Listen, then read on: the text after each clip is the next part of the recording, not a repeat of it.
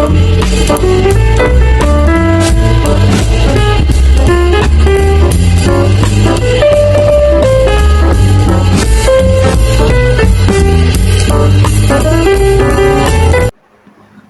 viewers, welcome back to my YouTube channel, Mommy G Talks. Thanks for engaging my previous video. Thanks for the like and the lovely comments. So today I'll be considering infertility management in marriage. There are lots of marriages that are encountering problems of infertility. They couldn't give birth after getting married, in which I've been giving them issue in the marriage. So today with me in the studio, I have a professional nurse. She is a nurse and a midwife. She is here to enlighten us more on how to cope and manage infertility. You are welcome, ma'am. Can you please introduce yourself to my viewers? Thank you for having me, ma'am. My name is Stephen Yamiluatose. I am a nurse midwife. I work with Lagos State Health Service Commission, precisely Orile Agege General Hospital. You are welcome. Happy to have you here once again. There are lots of marriages in which they are encountering problem of infertilities. They couldn't give birth after getting married. And in this part of the world that we find ourselves, those mother-in-laws can be somehow bitter if their sons get married after some years and the wife couldn't bear them children because they believe fruits of the womb is the joy of marriage. Not even mother-in-laws, even as individual, your joy is to have your own children, your own image. So, ma, can you please help us on the causes of infertility and some possible solutions to give to it, how to manage infertilities in marriage? Thank you so much. Yeah, come on. Before I really talk about infertility management, causes and management, I like to really tell us what infertility is all about. Infertility is inability of couple to achieve pregnancy after 24 months of regular unprotected sexual intercourse. Before you can say you are not achieving pregnancy, you must have been having irregular sexual intercourse. It's not that the husband is living apart or the wife is living apart. The couple must be together in the same, must be living together, and they are not able to achieve pregnancy after having sex for those period of 12 months. However, there are a lot of things can be responsible for this infertility. But usually, some people are not even doing the sex rightly in order to achieve pregnancy. It's not as if it's everybody that are not able to achieve pregnancy within the scope of marriage that are usually having a problem. Some are not having sex at the right time. There's what we call fertile period in women. That is a period whereby when you have sexual intercourse with your partner, you are able to achieve pregnancy. When is this fertile period? Usually, women have 28 days menstrual cycle on the average. Some people have lower cycle, while some people have higher cycle. But on the average, it's usually 28 days. So for those, let's take that 28 days for example. If yours is lower, you can calculate it based on your cycle.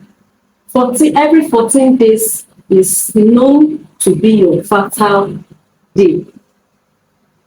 2 days before that day 14 and 2 days after day 14, those 5 days are the fertile days a woman can meet with her husband and be able to achieve pregnancy. And there is advancement in technology now. We have ovulation strip, whereby you can use to monitor your you can use it to monitor yourself. You just with your discharge, vaginal discharges are come from your vagina, so you can use that ovulation strip to test those discharges to know your fertile period. So it makes it easier for every woman to be able to know their fertile period with or without irregular menstrual cycle. So now, coming to the problems of infertility, there are a lot of things that cause infertility in women.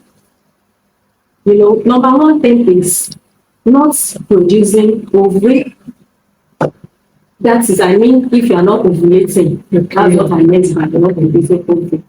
Some people, You can be, sorry, Mrs. Stevie, you can be menstruating and not ovulating. yes, that's what we call anovullar menstruation, menstruation without ovulation.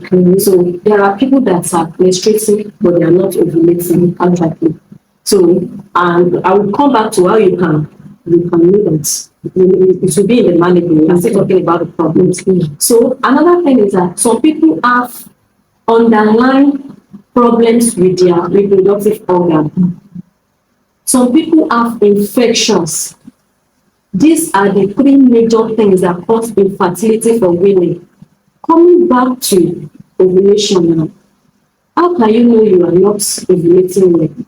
You can only know that when you go to the hospital. You know, when a lady achieves puberty period, the only sign, visible sign you use to know that you are in your puberty period is onset of menstruation. So people believe that if you are menstruating, everything is normal. yes, but outrightly is not the correct answer. Some people are menstruating, but they're not ovulating. Some people are not even menstruating at all. Sorry, I didn't mention that. Some people are not even menstruating at all. Some people have had period of cessation of menstruation and it eventually stopped. So they're not even menstruating at all. Some people are born like they have not even menstruated before. So now, let's start from the issue of menstruation. In this part of the world, people don't really take note of their body. You know, like for people with cessation of menstruation, most doesn't just start in a day. It might have ceased for some couple of months before it finally goes off. So when you observe that you are not menstruating regularly, probably the menstruation is scanty or is skipping, maybe you see this month, the next month, you should know that there is a problem. Remember, for you to see it as a problem, it must be that you are not on any family planning method, because any form of family method could affect menstruation. So you must be sure that you're not on any family planning method. So if there is cessation of menstruation without being on any family planning method, It means there's a problem. You have to seek help. Another thing is for the ovulation problem, people that are not ovulating at all, or they have ovulation disorder due to hormonal imbalance. So they have to see a doctor too. When you do your hormonal program as a lady, you will know that this is an area that there is a particular problem. The gynecologist will tell you the problem after investigation has been carried out. Another cause of infertility is infection, and is the most common cause of infertility in women. So the infection could lead to, when a woman has infection, it could lead to blood tube. We have something we call pelvic inflammatory disease. So it's an infection that affects, how do you know you have PID? You'll be having lower abdominal pain. With some, you can be having like discharges that are offensive, which combined together with that. And an ultrasound scan will really confirm the diagnosis of a PID. Then another thing, infection will also lead to blood tube. Once a woman tube is blocked, there is no way that person could achieve pregnancy. Another thing that will also cause infertility is when the reproductive organ are defected. For example, some people, their uterus is not able to carry pregnancy. They might have been having repeated miscarriages in the past. So it means that the uterus is not healthy enough or strong enough to carry pregnancy. Thank you so much. The Lord will increase your wisdom. From what you have been talking about, I can see that you focused on ladies, on woman. Does it mean woman is the main and the only cause of infertility in marriage? What of men? Are they not having any issue, any negative impact that can lead to infertility in marriage? Thank you so much. And as I've been so engrossed in the conversation because I'm talking about my gender. Okay. You know, men, infertility is predominant in men as much as it is in women. Okay. If a couple cannot achieve pregnancy, it's not one-sided. After you have looked at the side of the woman, you have to be sure you look at the side of the man too, because a lot of men are the one that are even having the problem. But you know, in this part of the world, if a couple cannot achieve pregnancy, they believe it's the wife. It's just the wife. That's it. And it's a very big mistake. It's not true. So men too have infertility as much as women do. What are the things that can also affect infertility in marriage from the men's side now? It could be that the man has low sperm count. It could be that the man, the testes are already dead. You know, how can a man test it? Sometimes we have what we call testicular torsion. It happens to men, whereby the spermatic cord, the cord that transports sperm into the testes, if it's too long, they could twist. And that twisting will lead to decrease in blood supply to the testes. And when there is no blood supply to that organ, it dies. So it will even die. A lot of men are even having this problem and they are not even aware at all. I've seen cases of, because my privilege, I work in the theatre.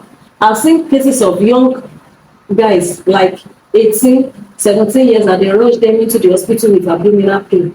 What happened? By the time diagnosis is being carried out on them, we discovered that they have testicular torsion. In fact, we did a case that by the time we opened this boy out to correct the testicular torsion, one of the testes was already dead. Wow.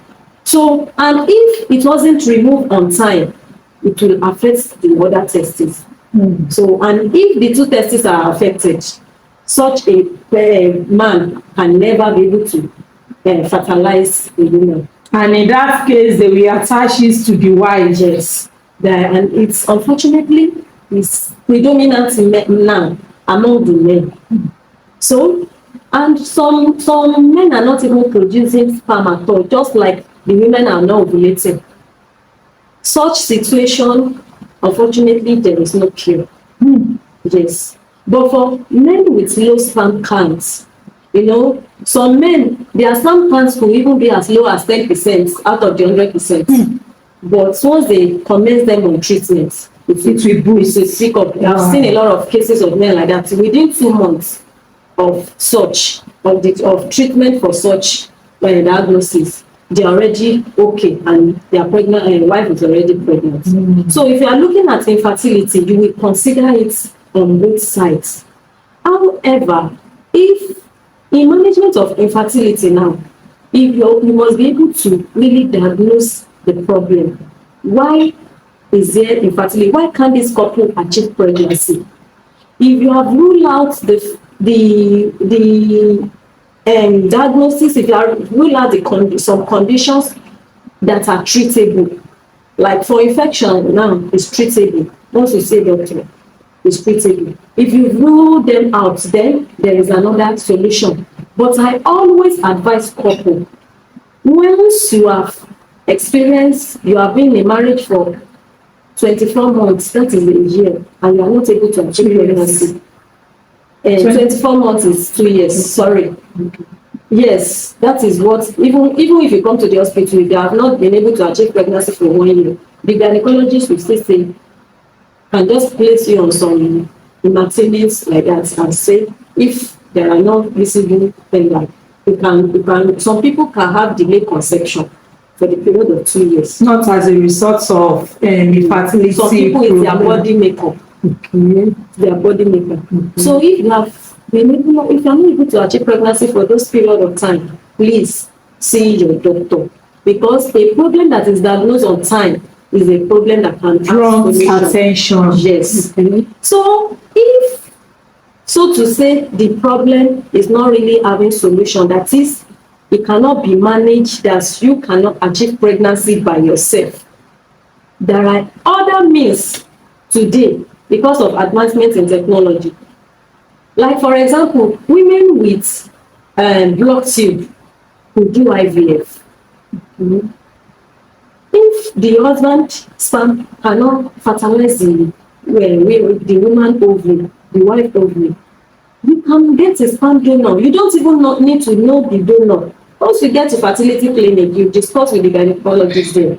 Then he or she is going to put you through the procedure, and they will get a donor for you with pay. And also in the other party too, if it's the wife that cannot, the ovary cannot, will not be able to be fertilized by the sperm. Again, there's an ovary, there's also an egg donor. That's, we call them egg donor. So you can get an egg donor. However, if both cannot be achieved, okay, some people also have, they cannot carry pregnancy by themselves. Maybe due to the nature of their uterus is not strong enough. You can get a surrogate mother. What is, can you please enlighten us more on surrogacy? Surrogacy is the act of getting a woman to carry pregnancy for you. What I mean by that is that a sperm will be collected from your husband, okay, egg collected from you, fertilized artificially, and is going to be implanted into the uterus of another woman entirely. Okay, the woman will not be the carrier of the pregnancy. Yes, it is still your egg, it is still the sperm of your husband. So biologically, it's your baby. But don't you think biologically the baby can come out to inherit part of the gene of the carrier? The sperm and the egg that fertilizes the gene that the child will carry. There is no gene. The gene is in the sperm and the ovary. Okay. The woman is just a carrier. Okay. Okay. It's just a carrier. She's not contributing anything to that baby, just to carry the baby. Apart from the blood supply that goes into the baby, just for the baby to grow. So all the character the baby will pick will be from the parents. All right. Thank you so much, ma. You were talking on blood tube the other time. I learned, you know, I'm not a professional in medical field, but I learned that we women, we have two fallopian tube. So in a case whereby one is being damaged, the other one still work fine? And another thing, in a case whereby the tube has been damaged, what is the fate of the woman for her to get her own child? You know, our God is a perfect maker. Okay. So most of our organs are two, and the two are functioning well. Okay. Fallopian tube, the two are functioning well, and one can function maximally without the other. So in situation whereby one fallopian tube is blocked, the other one can still work 100%. Without the second one. Yes. Wow. And do the work. That's great. Yes. But in situation whereby both tubes are blocked, there is still hope. The woman can do artificial insemination. That is what we call IVF. Okay. They will implant the egg and the sperm collected after it has been fertilized into the uterus of the woman artificially. So it won't need to pass through the tube. It will just be implanted directly into the uterus. And the woman will carry a pregnancy. Thank you so much, ma, for the brilliant knowledge shared. In fact, I've learned a lot. Some things that I did not have the knowledge of, you giving me more ideas on it. So, ma, in a situation whereby after trying all what you have listed, all what you have mentioned, and still the couple cannot conceive, what is the next thing? What is their fate? Well, after, there is always hope. Okay. You know, when you have tried, you cannot, it's when you discover that it is not possible to achieve pregnancy, then you can go for adoption. Ma, adoption. How I don't know. Adopting what doesn't belong to you, adopting a child from another family that you are not in any way related by blood. how do you think the family, the couples will take care of the child as their own child that was born by them? I don't know. Thank you very much for that question. Because of this part of the world that we are people like Africa in nature, we want to give birth to our own child, so you want it by all means, no matter, even if it will take your life. You know, I don't believe that you should put your life in danger just because you want to satisfy anybody in life. For you to conclude that you want to adopt, you should be able to decide it personally as couple. You know, in marriage, the husband and the wife, they are one. Couple need to really decide that this is what they want without the influence of any person. You remember, the marriage is both parties more. And even having child, as a childbearing is not the number one reason of marriage. Yes, thank you for adding that. So you must be able to decide if that is what you want. You must be prepared.